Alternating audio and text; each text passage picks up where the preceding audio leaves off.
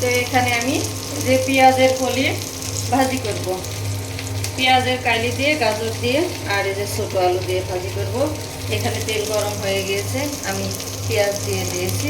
এখন পেঁয়াজ ভাজা হয়ে গেলে তারপরে আমি পেঁয়াজের কালি দিয়ে দেবো। আসসালামু আলাইকুম, কেমন আছেন আপনারা? আশা করি ভালো আছেন। আমরা আলহামদুলিল্লাহ ভালো আছি। এখানে পেঁয়াজ ভাজি করা হয়ে গিয়েছে, আমি এখন পেঁয়াজের কালি দিয়ে দিলাম।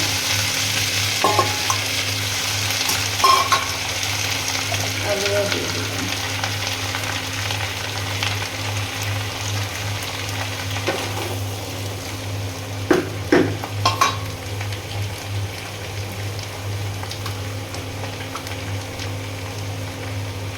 হলুদের গুঁড়ো,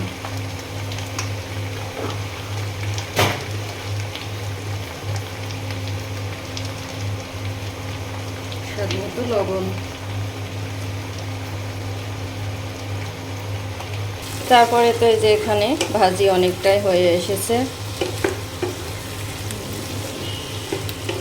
আমি এখন ভালো করে নেড়ে ছেড়ে দিচ্ছি।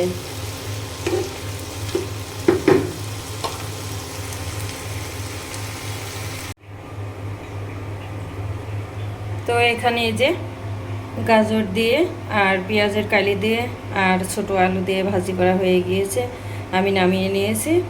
আর এখানে যে কড়াই বসিয়ে দিয়েছি, গরম হচ্ছে। এখন আমি এই যে এখানে পাঙাশ মাছ কুটে ধুয়ে রেডি করে নিয়েছি, পাঙাশ মাছ দিয়ে আর এখানে টমেটো কেটে নিয়েছি, টমেটো দিয়ে ঘোনা করব। তো এখানে তেল গরম হয়ে গিয়েছে, আমি এখন দিয়ে দেব পেঁয়াজ কুচি।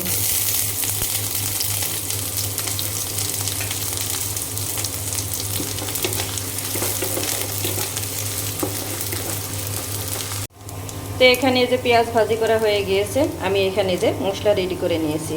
হলুদের গুঁড়া, ধনিয়া গুঁড়া, মরিচের গুঁড়া, স্বাদ মতো লবণ, আদা বাটা, রসুন বাটা আর জিরা বাটা।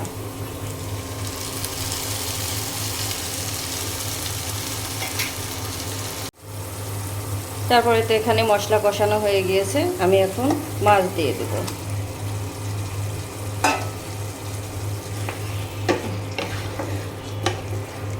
এখন মশলার সঙ্গে মাছ ভালো করে কষিয়ে নেব,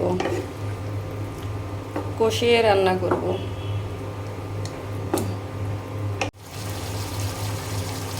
তো এখানে মাছ কষিয়ে নেওয়া হয়ে গিয়েছে, এখন অল্প পরিমাণে পানি দিয়ে দেব। পানিটা ফুটে গেলে আমি দিয়ে দেব এখানে কেটে রাখা টমেটো। তো এখানে যে মাছের তরকারিটা ফুটে উঠেছে, আমি এখন কেটে রাখা টমেটো দিয়ে দেব।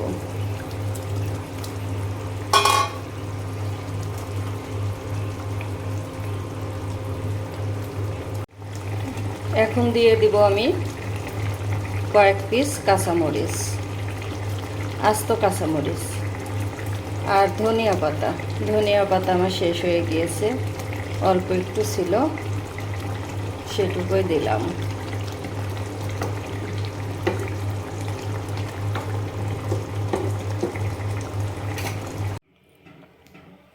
তো এখানে এই যে মাছ রান্না হয়ে গিয়েছে, টমেটো দিয়ে পাঙাশ মাছের তরকারি রান্না হয়ে গিয়েছে।